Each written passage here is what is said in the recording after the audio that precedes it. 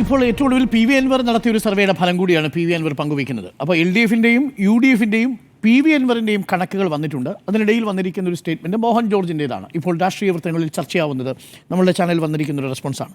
അപ്പോൾ ഉദ്വേഗം വർദ്ധിക്കുകയാണോ? ഇപ്പോൾ P V Anwar അല്പസമയം മുമ്പ് ഒരു ഫേസ്ബുക്ക് പോസ്റ്റ് ഇട്ടിട്ടുണ്ട്, കണ്ടിരുന്നോ? ആ ഫേസ്ബുക്ക് പോസ്റ്റിൽ പറയുന്നത് ഷൗക്കത്ത് ജയിക്കുമെന്ന് കരുതി യു ഡി എഫ് ക്യാമ്പിൽ നിന്ന് കുറച്ചുപേർ സ്വരാജിലേക്ക് 17,000-ഓളം വോട്ടുകൾ മാറ്റിയിട്ടുണ്ട് എന്നാണ് പി വി അൻവറിൻ്റെ ആരോപണം. ഗുരുതരമായ ആരോപണമാണ്. പക്ഷേ അപ്പോഴും സ്വരാജ് വിജയിക്കില്ല, പകരം വിജയിക്കുക പി വി അൻവറാണെന്ന് പറയുന്നു. അതായത് രണ്ടാം സ്ഥാനത്ത് വരാൻ സാധ്യതയുള്ളത് സ്വരാജാണ് എന്ന സൂചനയാണ് ഈ ഫേസ്ബുക്ക് പോസ്റ്റിൽ നമ്മൾ വായിച്ചെടുക്കുന്നത്. ഇതുവരെ പറഞ്ഞിരുന്നത് അങ്ങനെയല്ല. ഒളിഞ്ഞിരുന്ന പിണറായി വിജയിക്കും എന്നാണ് പറഞ്ഞിരുന്നതെങ്കിൽ, ഞാൻ ജയിച്ചില്ലെങ്കിൽ ആ നിലപാടിൽ നിന്ന് പി വി അൻവർ മാറുന്നു. ഫീൽഡ് സ്റ്റഡിയിൽ നിന്ന് പറയുന്നതായിട്ട് അദ്ദേഹം മനസ്സിലാക്കുന്നത് സ്വരാജ് രണ്ടാം സ്ഥാനത്തേക്ക് വരുമെന്നാണ്. അങ്ങനെയാണെങ്കിൽ യു ഡി എഫിലും അതൊരു ചെറിയ ടെൻഷൻ ഉണ്ടാക്കാൻ പോസ്റ്റിൽ മുഴുവനായിട്ട് അങ്ങനെയാണ് അർത്ഥമാക്കുന്നത് ഞാൻ കരുതുന്നില്ല. എന്നിരുന്നാലും ഞാൻ ജയിക്കും. രണ്ടാം സ്ഥാനം സ്വരാജ് എന്ന് പറയുന്നില്ല. നമ്മളടുത്ത് പ്രതികരിക്കുമ്പോൾ പോലും അദ്ദേഹം പറയുന്നത് പിണറായിനെതിരായ തെരഞ്ഞെടുപ്പാണ് നടന്നിരിക്കുന്നത് എന്നുള്ളത് തന്നെയാണ് ഞാൻ മനസ്സിലാക്കുന്നത്. ഇപ്പോൾ അദ്ദേഹം എന്തെങ്കിലും പറയട്ടെ, അദ്ദേഹത്തിന് കിട്ടിയ ചില വിവരങ്ങളുടെ അടിസ്ഥാനത്തിലായിരിക്കാം. ഇപ്പോൾ യു ഡി എഫിൽ നിന്നും അവർ കണക്കാക്കുന്നത് നിലമ്പൂരിൽ ഒരു 8,000 വോട്ടെങ്കിലും ചെയ്യുമായിരുന്ന 8,000 വോട്ടെങ്കിലും ചെയ്യാതെ പോയിട്ടുണ്ട്, പോൾ ചെയ്യപ്പെടാതെ പോയിട്ടുണ്ട്. അത് മാറി നിൽക്കുന്നവരായിരിക്കാം, ഈ പറഞ്ഞ അനിഷ്ടം കൊണ്ട് മാറി നിൽക്കുന്നവരായിരിക്കാം. പക്ഷേ വോട്ട് മറിക്കാനുള്ള സാധ്യത, അതങ്ങനെ മാസായി വോട്ട് മറിക്കാനുള്ളൊരു സാധ്യത ഒരു തരത്തിലും ഇല്ല എന്നുള്ളതാണ്. വ്യക്തികൾക്ക് തീരുമാനമെടുക്കാം. ഇപ്പോൾ വി പ്രകാശുമായി ബന്ധപ്പെട്ട് കുറേ പേർക്കെങ്കിലും എതിർവികാരം അവിടെ ഇപ്പോഴും തുടരുന്നുണ്ട് എങ്കിൽ, ഇടക്കരയിൽ വേണമെങ്കിൽ അങ്ങനെ പറയാം, അങ്ങനെ ഒരു വിഷയം അവിടെ നിൽക്കുന്നുണ്ടെങ്കിൽ വ്യക്തിപരമായിട്ട് അല്ലെങ്കിൽ ഒരു കുടുംബമായിട്ട്, ചില കുടുംബങ്ങളായിട്ടൊക്കെ എടുക്കാവുന്ന ഒരു തീരുമാനം എന്നതിനപ്പുറം ഒരു വലിയ സംഘത്തോടു കൂടി തന്നെ അങ്ങനെ വോട്ട് മറിക്കാനുള്ള ഒരു സാധ്യതയുമില്ല. കാരണം ഓരോ ബൂത്തിനും ഓരോ DCC ഭാരവാഹികളുടെ ചുമതലയാണ് കൊടുത്തിട്ടുള്ളത്. അപ്പോൾ അതിലൊരു കണ്ണുണ്ട്, എത്ര വോട്ട് അവിടെ പോൾ ചെയ്യപ്പെടുമെന്നുള്ള അവരുടെ കൃത്യമായ കണക്കുണ്ട്. അതേപോലെ തന്നെ ലീഗിൻ്റെ കാര്യത്തിലും ഓരോ ബൂത്തിലും ഓരോ MLAക്കുമാണ് ഓരോ പഞ്ചായത്തിൻ്റെയും ചുമതല കൊടുത്തിരുന്നത്. ആ തരത്തിലാണ് അവിടെ ലീഗും അവിടെ പ്രചാരണത്തിറങ്ങിയിട്ടുള്ളത്. ഇത് ചരിത്രത്തിലില്ലാത്ത തരത്തിൽ UDF ഐക്യത്തോടുകൂടി തിരഞ്ഞെടുപ്പിനെ നേരിട്ട ഒരു ഉപതെരഞ്ഞെടുപ്പ് എന്ന തരത്തിൽ കൂടി കാണണം.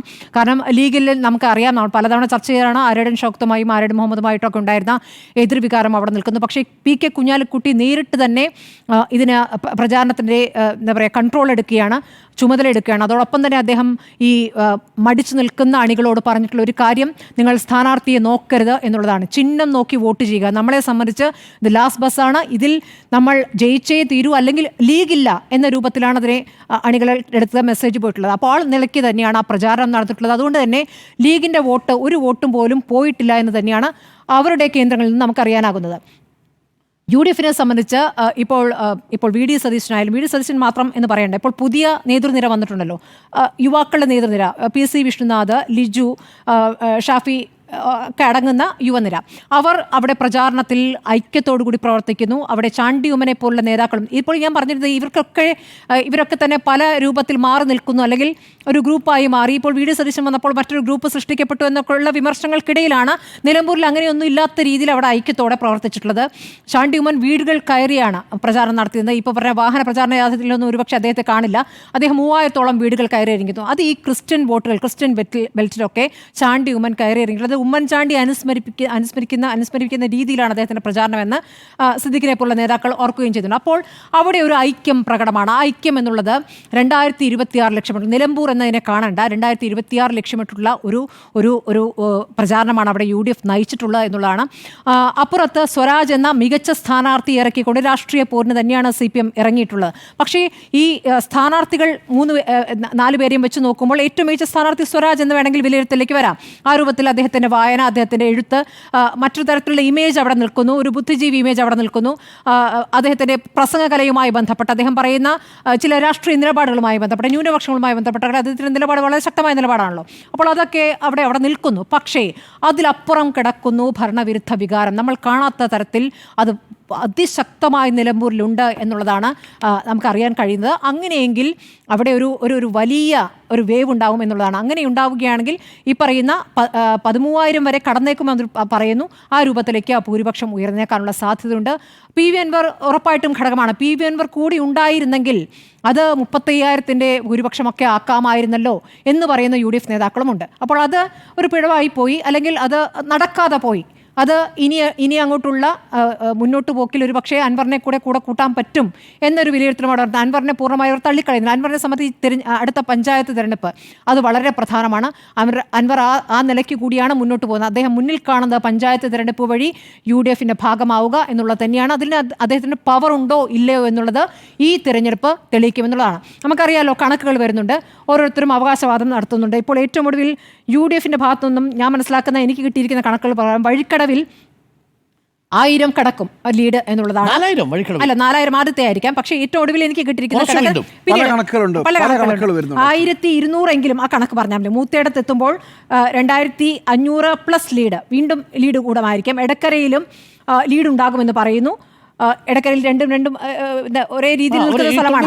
അതെ, അത് അവിടെയും ലീഡ് ഉണ്ടാകുമെന്ന് പറയുന്നത്. പോത്തുകല്ലിലും 1000 ഇല്ലെങ്കിലും ലീഡ് ഉണ്ടാകുമെന്നാണ് പറയുന്നത്.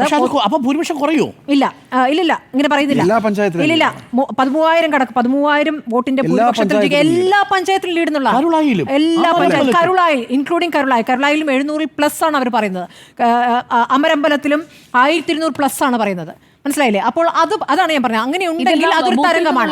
അങ്ങനെയാണെങ്കിൽ ഒരു തരംഗമാണ്. അല്ല, ഇത് ബൂത്തിൽ നിന്നുള്ള കണക്കാണോ? അങ്ങനെയാണ് എനിക്ക് കിട്ടിയ കണക്കാണ്. സോഴ്സ് പറയുന്നില്ല. എനിക്ക് പ്രധാനപ്പെട്ട കേന്ദ്രങ്ങളിൽ നിന്ന് കിട്ടിയ വിവരമാണ്. അതുപോലെ നമ്മുടെ LDFന്റെ കണക്ക് നോക്കൂ. LDFന്റെ കണക്ക് നമുക്ക് കിട്ടിയ 1600 ചില്ലാനം വോട്ടിന്റെ അതിൽ പറയുമ്പോൾ അതിൽ കൗതുകരമായ കണക്ക് നേരത്തെ ഞാൻ PV അൻവറിനോട് ചോദിച്ചല്ലോ. എല്ലായിടത്തും NDA സ്ഥാനാർത്ഥിയേക്കാൾ കുറവാണ് PV അൻവറിന് കിട്ടുന്ന വോട്ടായി പറയുന്നത്. നഗരസഭയിലാണ് 800 ചില്ലാനം പറയുന്നത്. അമരമ്പലത്തിലാണെങ്കിൽ 300 ചില്ലാനാണെന്ന് തോന്നുന്നു. ആ തരത്തിൽ ആ കണക്കുകൾ വളരെ താഴ്ന്നാണ്. അൻവറിനെ അവർ വളരെ ചുരുക്കിയാണ് അണ്ടർ എസ്റ്റിമേറ്റ് ചെയ്തത്. അത് ഞാൻ ശരിയാണെന്ന് ഞാൻ കരുതുന്നില്ല. അൻവറിനെ UDF പോലും ഗൗരവത്തിലാണ് എടുക്കുന്നത്. അൻവർ 10,000 മേൽ പിടിക്കുമെന്ന് തന്നെ ഇപ്പോഴും കരുതുന്നുണ്ട്. അത് LDF നിന്ന് പിടിക്കുന്നതാണ്. അതെ, LDF നിന്നാണ് പിടിക്കുക എന്നാണ് പറഞ്ഞത്. അപ്പോൾ UDF അൻവറിനെ ഗൗരവത്തിൽ തന്നെ കാണുന്നുണ്ട് എന്നുള്ളതാണ്. ഇതാണ് നമ്മുടെ മുന്നിലെ കണക്കുകൾ. ഇനി നമുക്ക് നോക്കാം. ഇപ്പോൾ നേതാക്കളുടെ പ്രതികരണങ്ങൾ വരുമ്പോൾ ഒരു ഉദ്വേഗവുമില്ല എന്ന് M. സ്വരാജ് പറയുന്നു. അപ്പോഴത്തെ UDF സ്ഥാനാർത്ഥിയുടെ പ്രതികരണം നമുക്ക് എന്തായാലും ഇന്ന് കിട്ടിയിട്ടില്ല. പക്ഷേ ഇന്ന് സണ്ണി ജോസഫിൻ്റെ പ്രതികരണമാണ് കിട്ടിയത്. അദ്ദേഹത്തിന് ആത്മവിശ്വാസം ഇപ്പോഴും ഉണ്ട്. നമുക്ക് NDA സ്ഥാനാർത്ഥിയുടെ പ്രതികരണം കണ്ടല്ലോ. കുറച്ചുകൂടി നേരത്തെ പ്രഖ്യാപിച്ചിരുന്നെങ്കിൽ, എന്നെ നേരത്തെ പ്രഖ്യാപിച്ചിരുന്നെങ്കിൽ എനിക്ക് കുറച്ചുകൂടി വോട്ട് പിടിക്കാമായിരുന്നു എന്നാണ് അദ്ദേഹം പറയുന്നത്. ഈ പറയുന്ന 8500, 25,000 വരെ കിട്ടിയേനെ എന്നത് ജയിക്കുമെന്നല്ല പറയുന്നത്, 25,000 വോട്ടെങ്കിലും കിട്ടിയേനെ എന്നാണ് അദ്ദേഹം പറയുന്നത്. അപ്പോൾ അത് വൈകിപ്പോയി എന്നുള്ള ഒരു പരാജയം സമ്മതിക്കലായ പ്രതികരണത്തെ ഞാൻ കാണുന്നു. എൻ്റെ ചില സുഹൃത്തുക്കൾ പറയുന്നു, ഇപ്പോൾ പിണറായി വിജയൻ തോൽക്കണം എന്നുള്ളത് കൊണ്ട്, പിണറായി സർക്കാരിനെ പരാജയപ്പെടുത്തണം എന്നുള്ളത് കൊണ്ട് എനിക്ക് കിട്ടുമായിരുന്ന വോട്ടുകളും UDFിലേക്ക് പോയിരിക്കുന്നു. അപ്പോൾ അദ്ദേഹവും പറയുന്നത് അവിടെ ഒരു തരംഗമുണ്ട് എന്നുള്ളതാണ്. ആ തരംഗം UDFിലേക്ക് പോയിരിക്കുന്നു എന്നുള്ളതാണ്. അപ്പോൾ ഈ തരത്തിലുള്ള പ്രതികരണം വരുന്നു. അപ്പുറത്ത് ഈ പറയുന്ന വെള്ളാപ്പള്ളിയുടെ പ്രതികരണം വന്നിരിക്കുന്നത് ഹിന്ദു വോട്ടുകളും മുസ്ലിം വോട്ടുകളും രണ്ട് ഭാഗത്തേക്കായി കേന്ദ്രീകരിച്ച് അവിടെ അൻവർ ഒരു ഫാക്ടറായി അദ്ദേഹം പറയുന്നുമില്ല. UDFിലേക്ക് മുസ്ലിം വോട്ടുകൾ, ഹിന്ദു വോട്ടുകൾ മുഴുവൻ സ്വരാജിലേക്ക് എന്നാണ് അദ്ദേഹം പറയുന്നത്.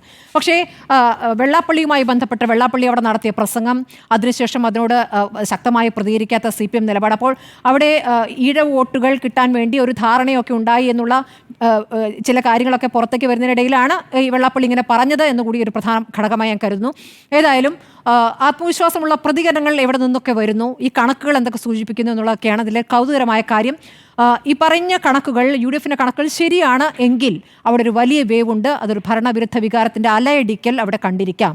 ഇനി അതല്ല എങ്കിൽ ഈ പറയുന്ന CPM വലിയ അവകാശവാദമൊന്നും നടത്തുന്നില്ല, ചെറിയ ഭൂരിപക്ഷത്തിന് ജയിക്കുമെന്നുള്ള. എനിക്ക് അറിയേണ്ട ഒറ്റ കാര്യമുള്ളൂ, പാലക്കാട് ഇവിടെ രാഹുൽ മാങ്കൂട്ടത്തിൽ ജയിച്ച ശേഷം പറഞ്ഞൊരു പ്രതികരണം ഉണ്ടല്ലോ, ആ തരത്തിലുള്ള പ്രതികരണമാണോ ഈ തെരഞ്ഞെടുപ്പിൽ UDF സ്ഥാനാർത്ഥി ജയിക്കുകയാണെങ്കിൽ CPM നടത്തുക എന്നുള്ളതാണ് എനിക്ക് അറിയേണ്ടത്.